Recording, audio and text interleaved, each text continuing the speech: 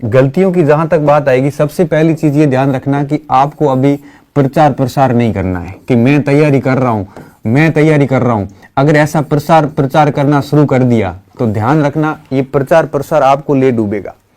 तो कभी भी दिमाग में 1% भी इस प्रचार प्रसार के बारे में नहीं सोचना है। बस अपने आप को गायब कर दो दुनिया से कि मैं तैयारी कर रहा हूं, मैं क्या कर रहा हूं, मैं क्या नहीं कर रहा हूं। किसी को कुछ नहीं बताना है, आप अपने आप को ही बताओ कि मैं प्रिपरेशन कर रहा हूं। एक गलती ये कर रहे हो आप, प्लीज ये मत करना, प्रचार प्रसार छोड़ दो, किसी को कुछ नहीं करना। तैयारियां हमेशा साइलेंट होती, परिणाम हमेशा प्रचार देता है। जितनी खामोशी से तैयारी करोगे ना उतना परिणाम निकलेगा, और जितना आप जोरों शोरों से प्रचार करके तैयारी करोगे उसका परिणाम आपको खामोश करेगा। तो प्रचार मत कीजिए, प्रचार आपका परिणाम अपने आप करेगा। आप सिर्फ और सिर्फ खामोशी के साथ तैयारी कीजिए, धीर गंभीर होकर तैयारी कीजिए और यही आपको मजा देगा। दूसरा, परिणाम के बारे में मत सोचिए। परिणाम के बारे में कब देखो, परिणाम, इसके अलावा पद की संख्या कितनी है, परिणाम के बारे में सोच लिया, पद की संख्या सोच ली, परीक्षा तिथि के बारे में सोच लिया, और ये सारी अगर चीजें सोची तो निश्चित रूप से आप भयभीत हो जाओगे। और भयभीत होने के बाद में हमेशा देखना, भय में कभी प्रदर्शन अच्छा नहीं होता है, भय में व्यक्ति का प्रदर्शन बिगड़ जाता है। तो कभी भी परिणाम के बारे में नहीं सोचना है कि मेरा रीट का परिणाम क्या होगा, क्या नहीं होगा। तो ये परिणाम के बारे में छोड़िए, परिणाम के बारे में बिल्कुल नहीं सोचना आपको। बस आपका काम क्या है मैं आगे बता रहा हूं।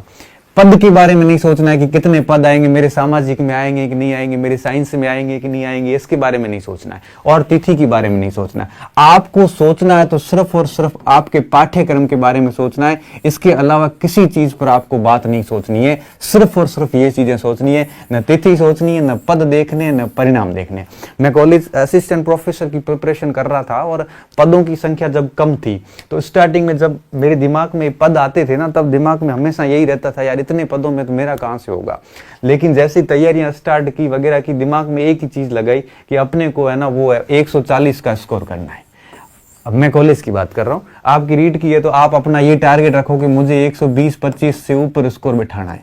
बस आप अपना टारगेट ये रखिए। आप ये मत रखिए कि पद कितने हैं या मेरा परिणाम क्या होगा या मतलब तिथि कौन सी होगी, ये चीजें मत सोचिए। तो दूसरी गलती आप कहां करते हो, ये चीजें। जो मुझे बच्चा कहता है ना कि सर मुझे भय लग रहा है भर्ती को लेके, मुझे मेरी धड़कनें बढ़ रही है, उसके पीछे सिर्फ एक ही कारण होता है कि उसने परिणाम के बारे में, पदों के बारे में, तिथियों के बारे में इतनी सारी चीजें सोच ली, अपने रिजल्ट से इतने सारी चीजें जोड़ दी कि दब गया वो, कि मेरा परिणाम आएगा, मैं ये करूंगा वो करूंगा। क्यों फालतू ये दिवा स्वप्न देखते हो।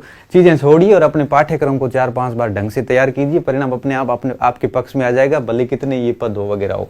तो दूसरी गलती जनरली हम यहाँ ये करते हैं कि हम परिणाम पद के बारे में सोचते हैं, ये गलती मत करना। तीसरा, हम बहुत अस्त व्यस्त हैं आजकल कि किस टाइम क्या पढ़ना है, क्या पढ़ना है, आपको कुछ भी नहीं पता। एक किताब लिए, पूरी करी, बाकी सारी किताबें छोड़ दी।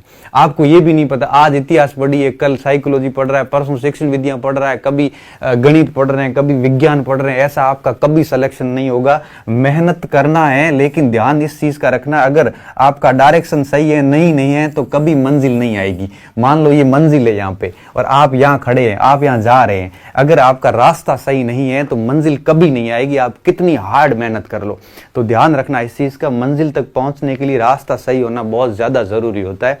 तो सही राह चुनना। इस प्रकार से अस्त व्यस्त होकर आप कोई काम मत करना, अपने आप को नियमित करना, टाइम टेबल बना के पूर्ण रूप से काम करना। क्या करना है मैं आगे जस्ट बता रहा हूं आपको किस तरह से टाइम टेबल सेट करना है।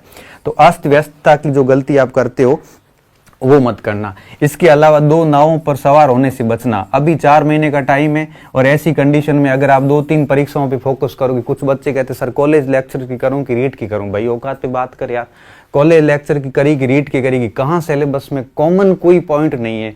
आपको अपनी क्षमता पता है, या तो कॉलेज की कर ले या रीट की कर ले, इसमें पूछने की कहाँ बात है। तो कम से कम एक चीज का ध्यान रखना, अब यहाँ पे डिसीजन लेने का समय है और आप जो है वो मेरे हिसाब से कोई एक एग्जाम की तैयारी करना, और रीट पे लगो तो रीट पे ही करना, और कॉलेज पे लगो तो कॉलेज पे करना।